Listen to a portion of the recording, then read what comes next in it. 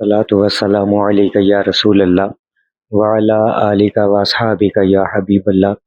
लाखों करोड़ों दुरूद मोहम्मद और आले मोहम्मद पर कि जिनके सदक़े और वसीले से अल्लाह पाक ने हम पर अपनी बेपनाह इनायात जारी रखी हुई हैं।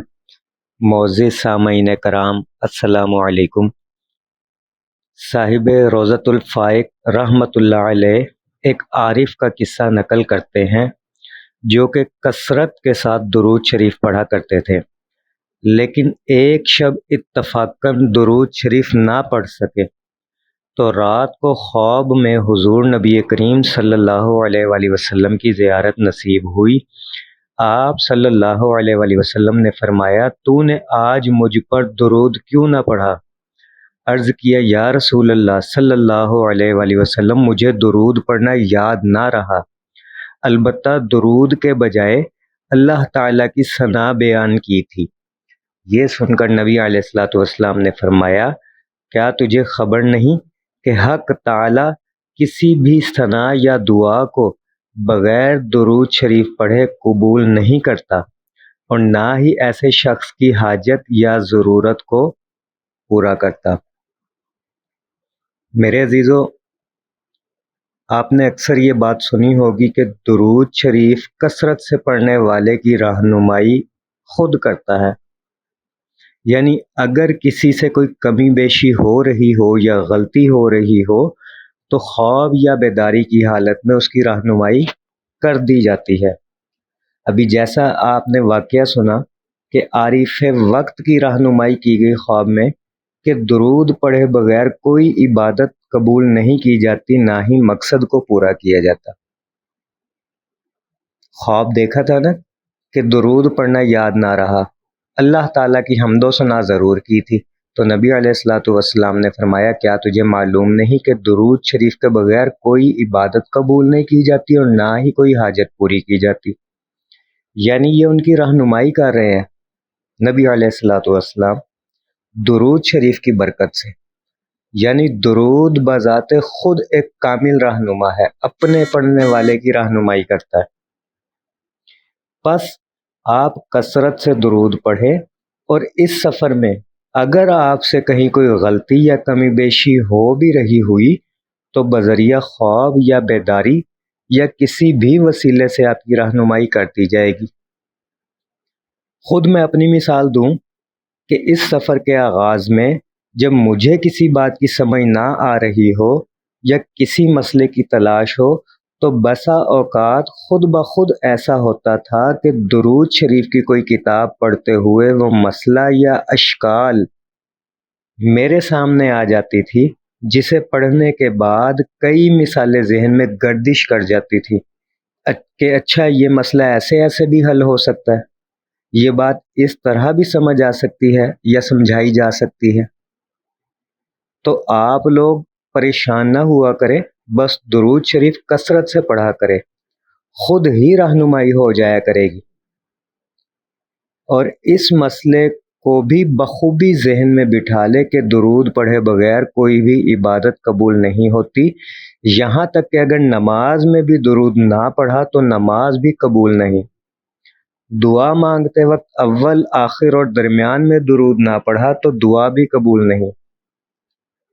अब दुआ किस तरह कबूल नहीं? मसलन अक्सर ऐसा होता है कि हम चलते फिरते दुआ मांग लेते हैं, परेशानी के मौका पर फ़ौरन दिल में कह देते हैं कि या अल्लाह मदद कर दे, या अल्लाह ये मसला हल हो जाए, या यूं कह देते हैं कि या अल्लाह रहम फरमा। अब अगर गौर करें तो मालूम होगा कि अहादीस के मुताबिक, अहादीस की रोशनी में बग़ैर दुरूद पढ़े हमारी दुआ ज़मीन व आसमान के दरमियान लटकी रहती है। ये असूल की बात कर रहा हूँ मैं। वगरना अगर बग़ैर दुरूद पढ़े दुआ कबूल हो जाए तो इसे रब्बे करीम का रहम और फजल कहेंगे कि अल्लाह ताला ने हम पर रहम खाया और अपना करम फरमाया। वैसे असूल के मुताबिक दुआ की कबूलियत का हक ना था, क्योंकि हमने बग़ैर दुरूद पढ़े दिल में दुआ मांगी थी। दुआ ने कबूल नहीं होना था, और अगर कबूल हो गई तो अल्लाह पाक ने आप पर रहम किया, आप पर अपना करम किया, کیونکہ حدیث میں ہے یہ بات کہ جو دعا بغیر درود کے مانگی جائے وہ لٹکی رہتی ہے زمین و آسمان کے درمیان۔ اور ایک نقطے کی بات آپ کو بتاتا ہوں کہ اگر آپ ہر کام میں خیر و برکت چاہتے ہیں، خواہ وہ کھانا کھانا ہو یا کوئی چیز پکڑنا ہو، کاروبار کا آغاز کرنا ہو، یا کوئی چیز کہیں سے اٹھا کر کہیں اور رکھنی ہو، کسی سے کچھ لینا ہو، کسی کو کچھ دینا ہو، تو یہ کلمات لازمی کہا کریں، بسم اللہ وصلی اللہ علی محمد۔ پڑھ کے میں اسی لیے سناتا ہوں تاکہ آپ کو اچھی طرح سمجھ آ جائے۔ لکھ کر اگر میں سینڈ کروں گا تو آپ کہیں گے اس پہ زبر زیر نہیں ہے، ہم یہ پڑھے کیسے؟ اب میں پڑھ کر بھی سناتا ہوں آپ کو، بسم اللہ وصلی اللہ علی محمد۔ 6 لفظ ہیں، یہ چھوٹا سا کلمہ ہے، یہ درود کے ساتھ بسم اللہ بھی ہے۔ تو ان کلمات کے پڑھنے کے بعد آپ کو نقصان کا سامنا نہیں ہوگا، کبھی پچھتانا نہیں پڑے گا، یا کسی بات یا چیز کا دکھ نہیں رہے گا۔ کیوں؟ کیونکہ آپ نے 2 اسم اعظم پڑھ کر اپنے کام کا آغاز کیا۔ بسم اللہ بھی اسم اعظم ہے اور درود شریف بھی اسم اعظم ہے، اور بات گھوم پھر کر وہیں آ جاتی ہے کہ آپ کی کشتی 2 کریموں کے درمیان ہوتی ہے، اللہ کریم اور نبی کریم صلی اللہ علیہ وآلہ وسلم۔ اور اتنے مشاہدات اور وضاحتیں سننے کے بعد اگر آپ سمجھ بوجھ رکھتے ہیں تو حقیقتاً یہ جان گئے ہوں گے کہ درود شریف کو جس سمت، جس حوالے، جس نیت سے بھی دیکھو یعنی پڑھو، اس میں آپ کو خیر ہی خیر ملے گی۔ اگر پوری کائنات درود شریف کے موضوع پر بات کرے تو ایک ذرہ برابر بھی کوئی یہ نہیں کہے گا کہ اس وظیفے کے پڑھنے میں نقصان ہے۔ پوری کائنات آپ کو فائدے ہی فائدے گنوائے گی۔ مثلا ہم آیت کریمہ کی مثال لے لیتے ہیں کہ لا الہ الا انت سبحانک انی کنت من الظالمین۔ اگر کل کائنات اس آیت کریمہ کے وظیفے پر بات کرے تو اکثریت یہی کہتی نظر آئے گی کہ یہ ایک گرم وظیفہ ہے، جلالی وظیفہ ہے، اس کی تاثیر بہت گرم ہے، طبیعت میں گرمی یا خشکی پیدا ہو جاتی ہے جس کی وجہ سے مزاج میں غصہ یا جلال آ سکتا ہے۔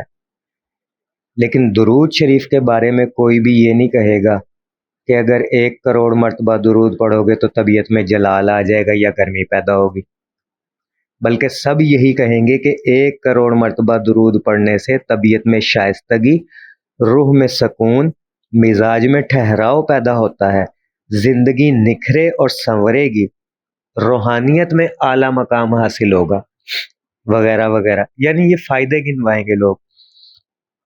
تو میرے عزیزو، لازم ہے کہ درود شریف کو اپنے اوپر لازم کر لیا جائے، فرض کر لیا جائے۔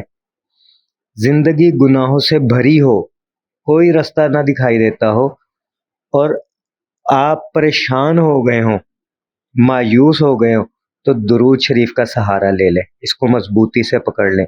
یہ آپ کو کبھی بے سہارا نہیں ہونے دے گا، بلکہ آپ نکھر جاؤ گے، سنور جاؤ گے، لوگوں کے دلوں میں اتر جاؤ گے، کچھ بن جاؤ گے۔